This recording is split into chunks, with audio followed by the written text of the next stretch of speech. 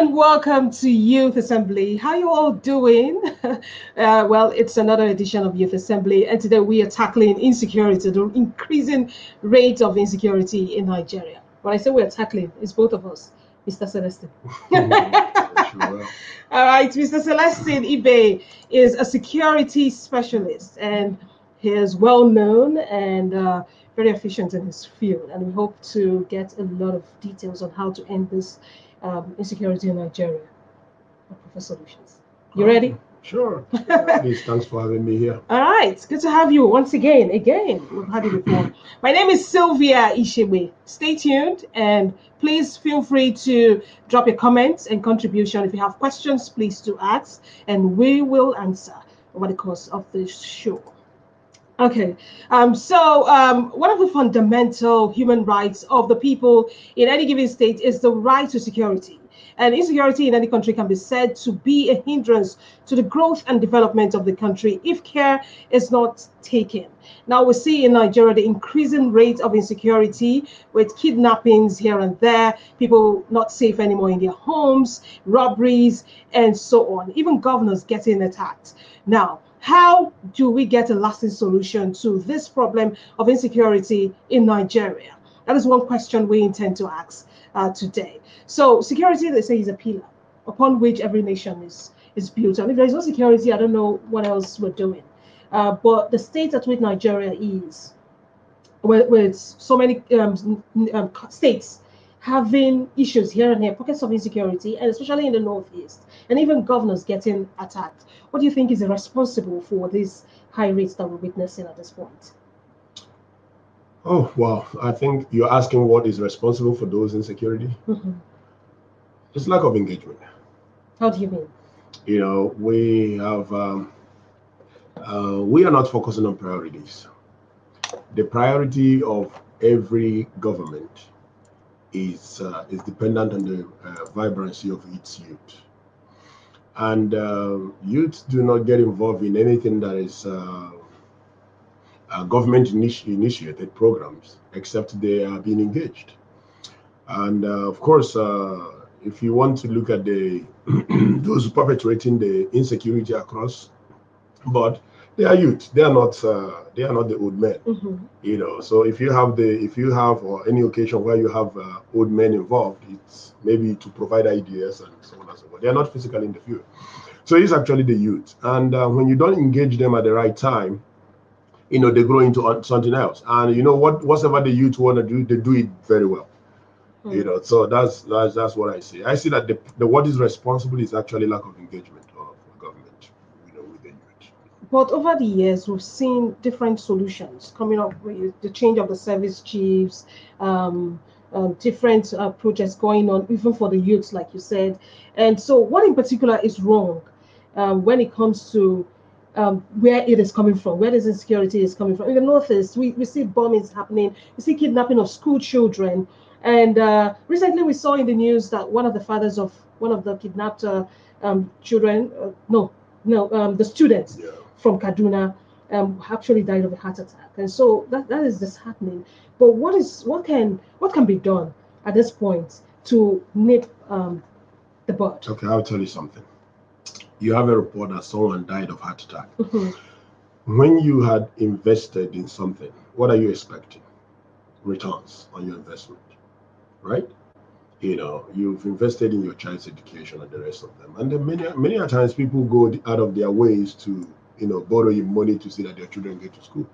And then all of a sudden you're hearing that what you've invested for a long time is about to be killed. You could die.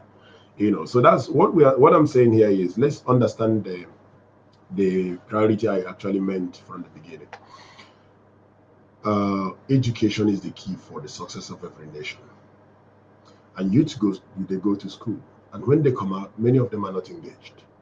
Many of them, if you go to the labor market, you have hundreds and thousands and millions of youth unemployed, and government is not actually engaging these people enough.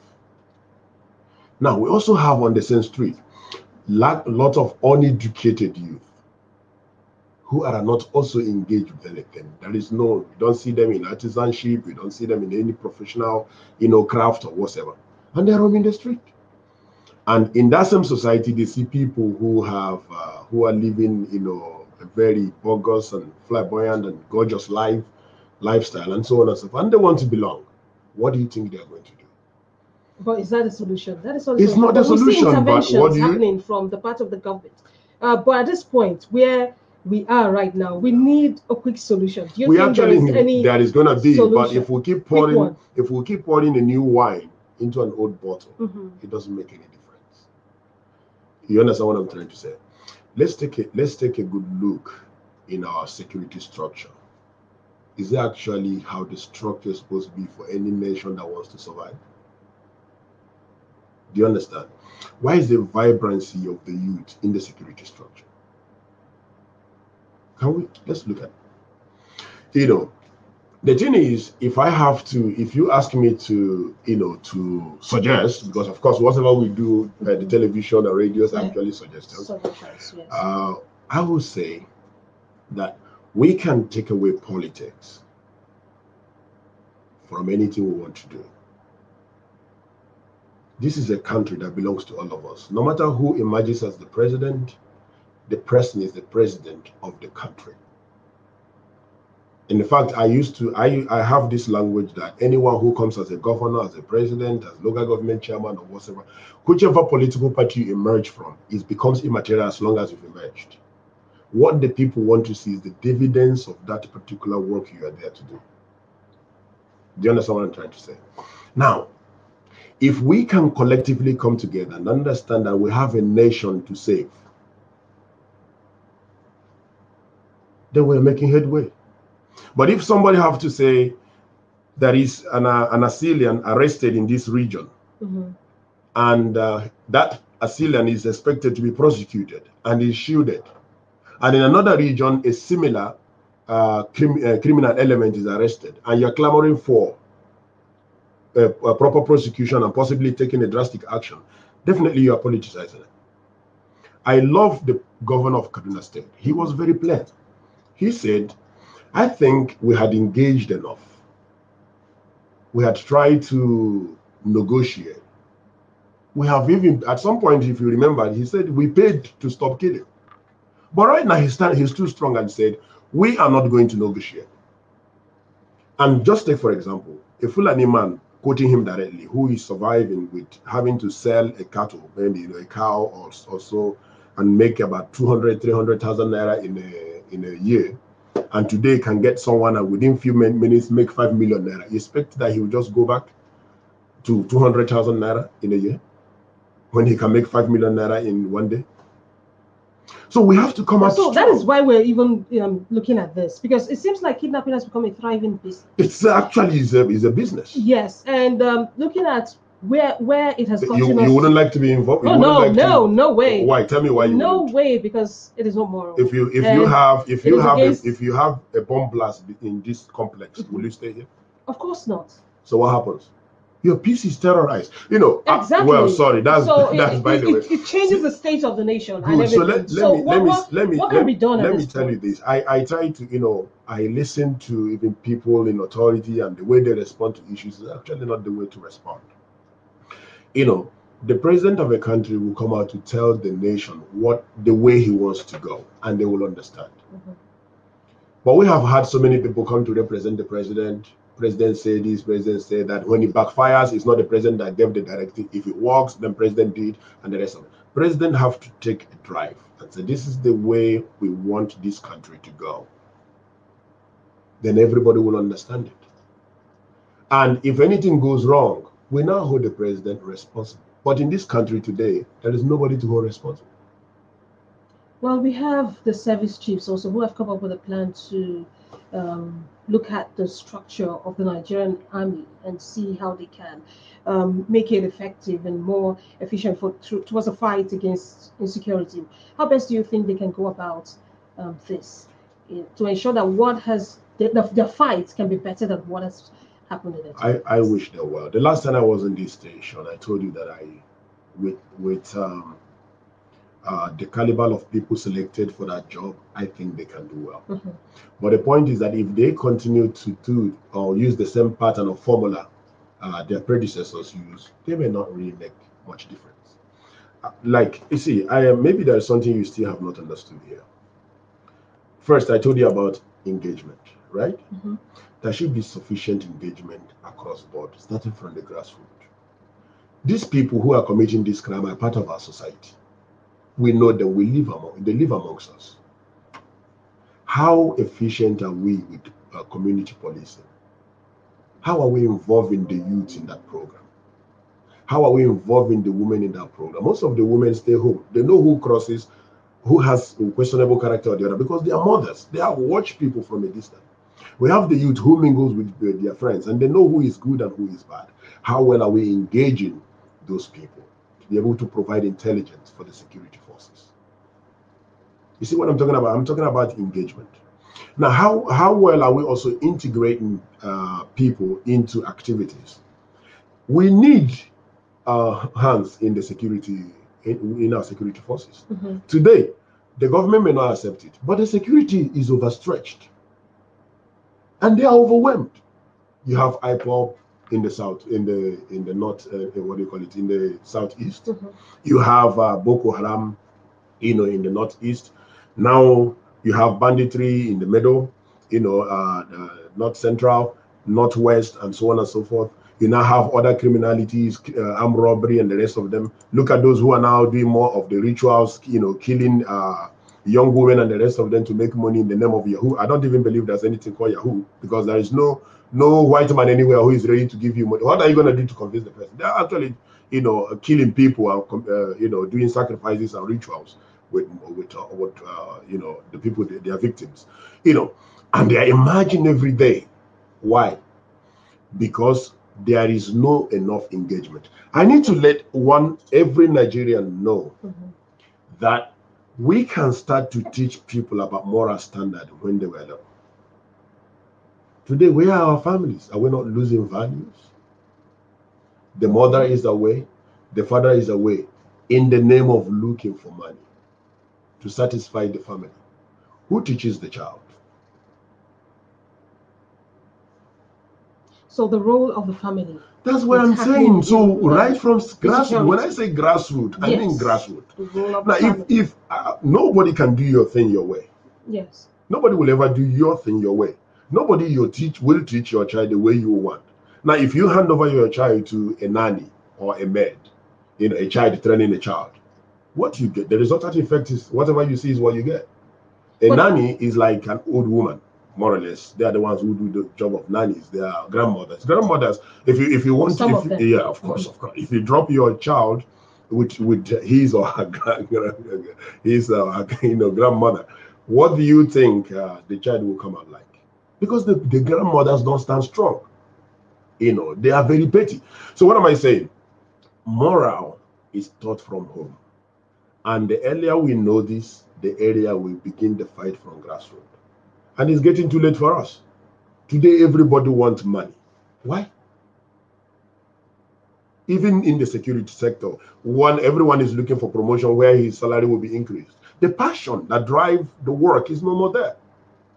You see what I'm talking about? So there should be a continuous engagement across board, but we have to start from the grassroots. But speaking about money, welfare is important. If the people fighting insecurity are not well catered for, and in case something happens to them in the line of duty, their family is not taken care of. Don't you think this will demoralize them and not help fight? I think you're right to a very great extent. But when you have the money, but you don't live to eat it, what happens? That is another way to look at it. So that is the point. I just gave you an example. If we hear a bomb blast, because we've had issues where some of these army officers are lamenting that their salaries have not been paid, and all. So good welfare, would you say, is not just you. A lot of people are calling for that, for it to be looked into and settle this soldiers, so that things go well as they fight. So what do you have to say about this? I haven't said that is not important. Of course, you have to get good wage for the work you put in. Of course, it's also part of morale booster, for anyone who is being engaged in the field or in the theater of war. The soldiers are doing their best, and these are people who are actually facing the heat directly because they are in the battlefield. I'm not saying their Okay. packages or take home is not important. I haven't said that. It's absolutely important. Of course, you should. If you are not good here, you won't be coming to work, isn't it? So that is there. But what I'm saying is that there should be a passion, a passion that drives what we do. Yeah. And that passion is actually where I'm talking about. But there is no much engagement in that drive. Now, if you know that I am ahead of you, okay, and I am earning $1 million, or by hook and crook, I make $1 million, and you make 50,000 naira, will you be happy? Will you be happy doing what you, no matter the passion? That's true. So the engagement is there. Like I said, you start from the grassroots, including the person who is up there and the person. Everyone should know and be transparent and say that this is the way this works. That is the way forward. But if you have to raise a complaint and somebody said to you, wait for your time, then there's a problem. That system is not sanitized, and then you wouldn't get the result. You'll be giving this order from this angle, and the person is looking at you and saying, yes, sir. Soon you are leaving, you will say, okay, after you finish, you come and ask me. Speaking about sanitizing the system, we look at the issue of weapons, having sophisticated weapons, and even the people who they're fighting, the Boko Haram people. It's been said that they have more sophisticated weapons. We get to that. But we want you to get engaged in this discussion, come into the discussion, and send in your comments. If you have questions about how you think the state of insecurity in Nigeria can be handled to better have a peaceful nation, please drop your comments, and then we will take them. Mr. Celestin Ibe is a security specialist, and he is here to answer our questions, hopefully. Okay, so we have a comment already from Ioma. Okay, Jay, thank you, Ihama, for your comments. I think parents need to pay more attention to raising their sons better. Just like you said, going back to the family, the role of the family in this. Of course. Raising sons better. Okay. All right, so weapons. I don't believe that the problem of the armed forces have to do with weapons. Okay. Right. Not to say having sophisticated weapons, and of course the Nigerian army, they stand out. Don't worry about this. I repeat, politics being played. Nigerian army stand out. They are good. They are superb. I appreciate the training, and understand. A criminal is a criminal. Yes. Do you understand? A criminal have skeletal training. They are not engaged, in a refined training. Their activity is brutal. They know that their life is at risk. So all they do is use the weapon anyhow. They want to use it. So long as he kills anyone and they get away. That's what they want to do. And they want to make names. Every Assyrian you see on the street wants to make a name. You understand what I mean? If a suicide bomber comes into this building, he wants to make enemy. He wants to create this scene that something is happening. That's what they do. So you can't use that to say they are more sophisticated than people who are trained. I'll tell you something. Somebody who is properly trained without arms will disarm you and get all that you have.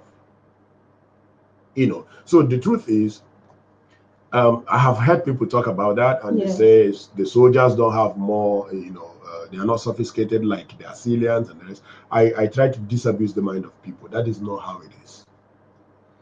And let us also know that this war against insurgents in this country, particularly with respect to Boko Haram, is not a war that you appear in a war theater to fight, that you know the base of your enemy. It's not. Most of these people, like I said, they live in the society. And you need to be careful to be able to separate this person who is a criminal from the normal person. That is why the war is a bit complex. Assuming they have a camp and they say we are boasting, this is where we are, and we want to fight the Nigerian territory from here. But they've mentioned Sambisa. Where is Sambisa? Which location? And where is Sambisa, if I may ask? It's just like asking where is the sub-Saharan region. It's not like you have a particular place and say this is Sambisa, this is where we're facing. No. And okay, if they are in Sambisa, are they in a location? Today they are here, tomorrow they are there. So like I said, is more or less like you are fighting an enemy that is not well known to you. But if we actually have proper engagement, I repeat, we will find them through intelligence. Intelligence. Okay. So we've seen engagements happening, spokesperson of in terms of kidnapping of the Fulani herdsmen, some of them that have they have been negotiating with the government and trying to end that aspect of the insecurity in some parts of the country. So with that engagement, do you think that they are doing it the right way, or how best can they go about it to settle this issue? I think I would rather ask you, who is engaging? Who is? You're the one I'm asking. Yeah, but I have to ask you the same. Okay. Who is engaging who and which formula? Mm-hmm. So what's the best formula now? I don't see any reason anyone have to engage a criminal in terms of negotiation. No country survives with it. You're only trying to open an avenue for more weapons to be procured. You're only trying to, make the criminal feel important. Okay, you are engaging. Okay, let me assume you want to engage people in Zamfara. And people in Niger, they are also emerging. While you have not settled the one of you will even get frustrated at some point. There should be a collective effort to nip criminality to the bud, no matter who is involved. Who is engaging who? And what is the reason for the engagement? So how can it be? No, I would like to ask this, and I would like any Nigerian, any concerned Nigerian to answer this question. What did these people say we did to them? These people who are perpetrating this crime, what have we done? What did Nigeria as a nation do to them? Did we take their wives to bed? Did we steal what belongs to them? Did we demolish their homes? What is the reason they are out to kill the citizens? So at what's the reason of engagement? What's the reason for negotiation? There is none. Our country does not permit anyone to carry arms when you are not licensed to carry it. If you are not a member of the security forces, you are not expected to carry arms. And even members of the security forces have regulation for carrying arms. Am I correct? Do you just go to the armory and pick up arms and walk away? No, there must be records, in which rifles are signed off and then signed in and so on and so forth, and reasons why they are going out. So why are people picking arms against the state? Have they told us? So they've come up with amnesty, the discussion about amnesty, granting amnesty to end banditry in the north. What do you think about it? I wish them luck. Whoever is doing that, I wish the person luck. But I know that it will never be the right way to go. We have to be very sincere about this. We are all citizens of a country, this country called Nigeria. We are all citizens. Let's be practical. It haven't worked in any place and will not work here. If the people actually feel that they have been cheated or something the nation has done something wrong to them, they can come out.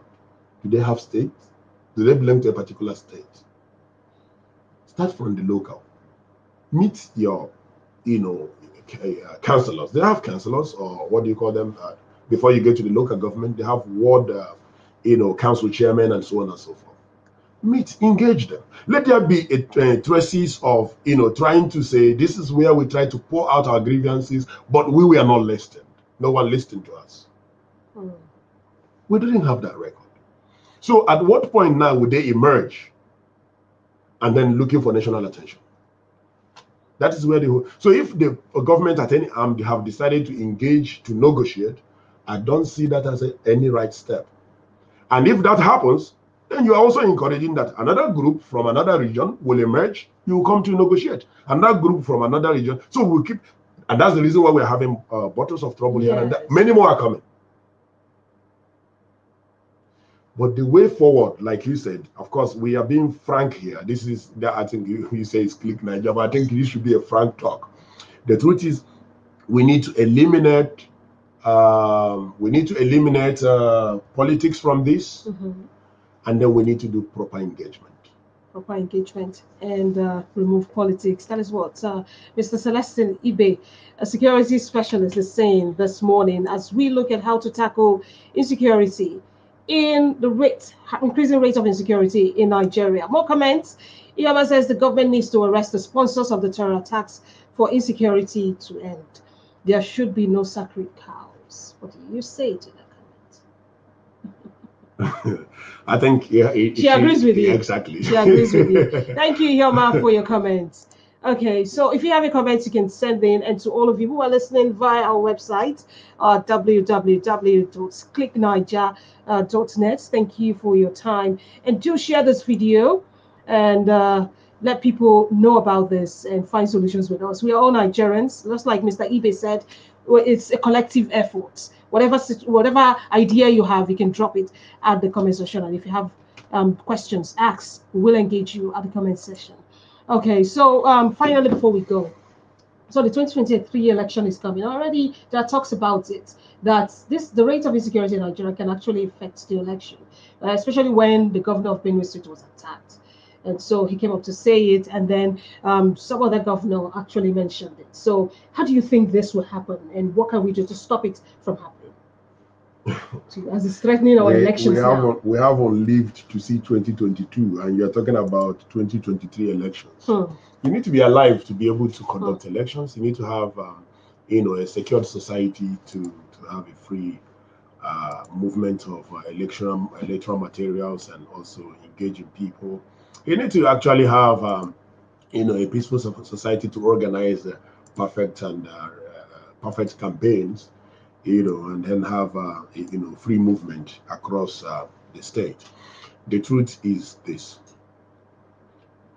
with the rate at which the government is going, is creating bias across the states.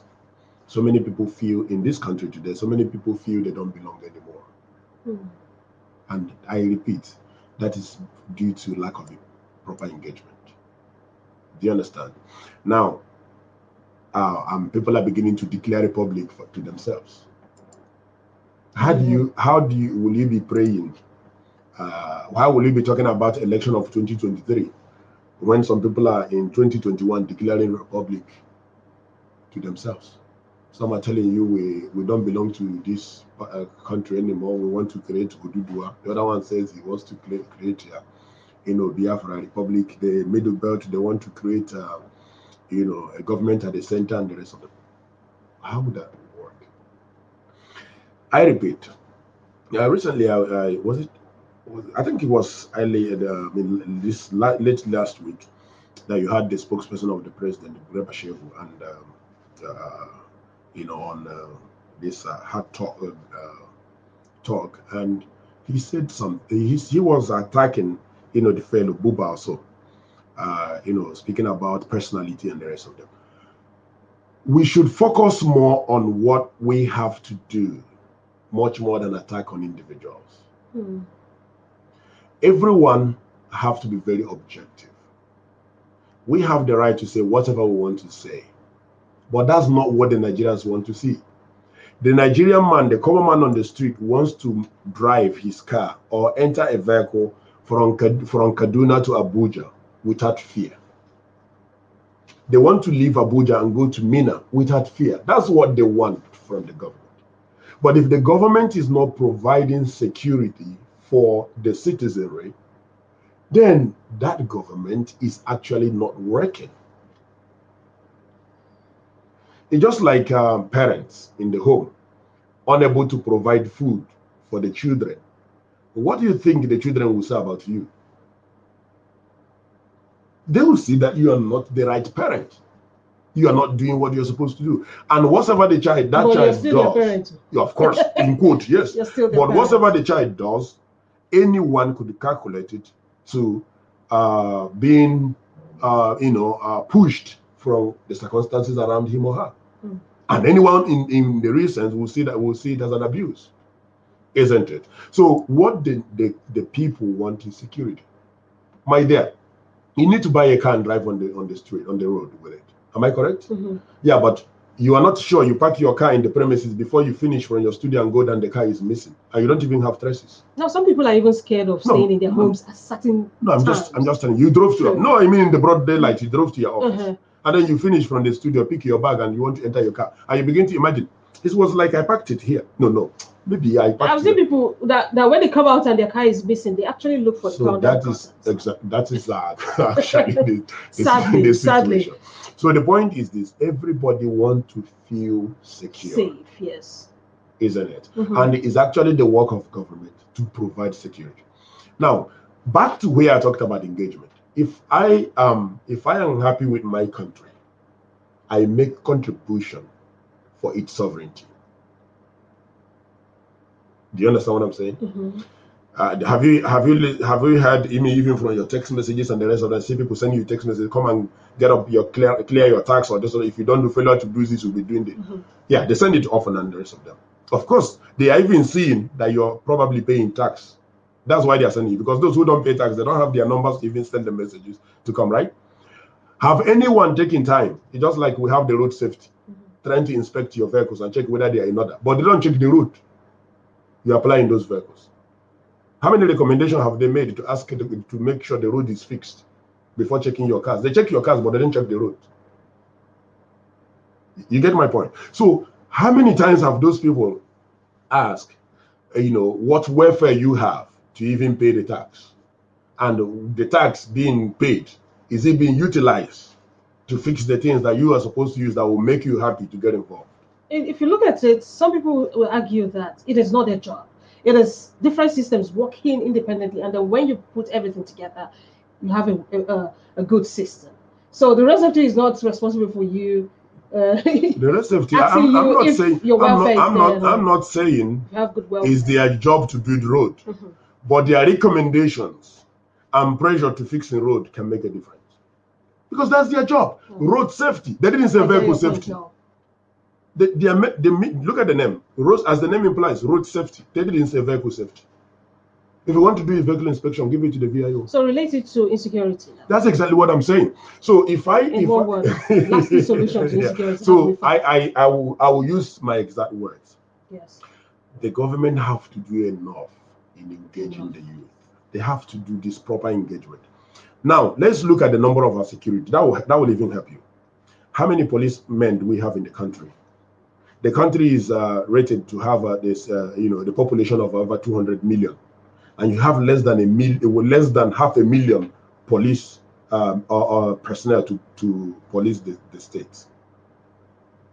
Divided by the ratio of the population, how many do we have per person? That is where I start from. Now, if you have up to 1 to 3 million police officers, drastically you have reduced insecurity. Because those people you have recruited are engaged. They are working to feed their families. So whatever that will make them to lose the job, they will protect it. How many soldiers do you have? Securing the territory of this country. How many immigrants today? The total number of customs in the country? How many? Have you asked? Because the journalists, the journalists have to do more. Do all of this research. You can't, if you put them hand to hand, they can't take a wall of a unit in a local government. How do you then think they will be able to secure the territory of a whole nation? So we're having problem with that. So if we can engage more people to these social and corporate services, we are finding the route to solving the problems. Okay, thank you so much, Mr. Celestine, for your contributions today. Yeah. I take out one thing: engagement. You've said it all over and over again. And then taking away politics from the whole system. And taking away politics from, because APC is the government in the center, but they are not. It's not APC we are looking at. We are looking at a government that is said to serve Nigeria. So let's remove politics. People always want to tell you when PTV was in power, when APC, when Labour. No, remove them. You are elected, you're elected. Let's move forward. Let's work and make sure the country is safe. Okay, so we move forward. Thank you for joining us today for this edition of Youth Assembly. We hope you enjoyed this discussion with Mr. Celestine Ibe, a security specialist. What is your takeaway from this discussion? Please let us know. And if you have any suggestions of what you think we should be talking about, drop them also. We will look at it. My name is Sylvia Ishebe, and this show was produced by Hafsat Isa. We'll be back on Monday for another interesting edition of Youth Assembly. For now, please stay safe and take care of your people and yourself. Yes. Thank you. And take care of you too. Now you too. Watch your back. Yes, watch your back. That's the word. Bye.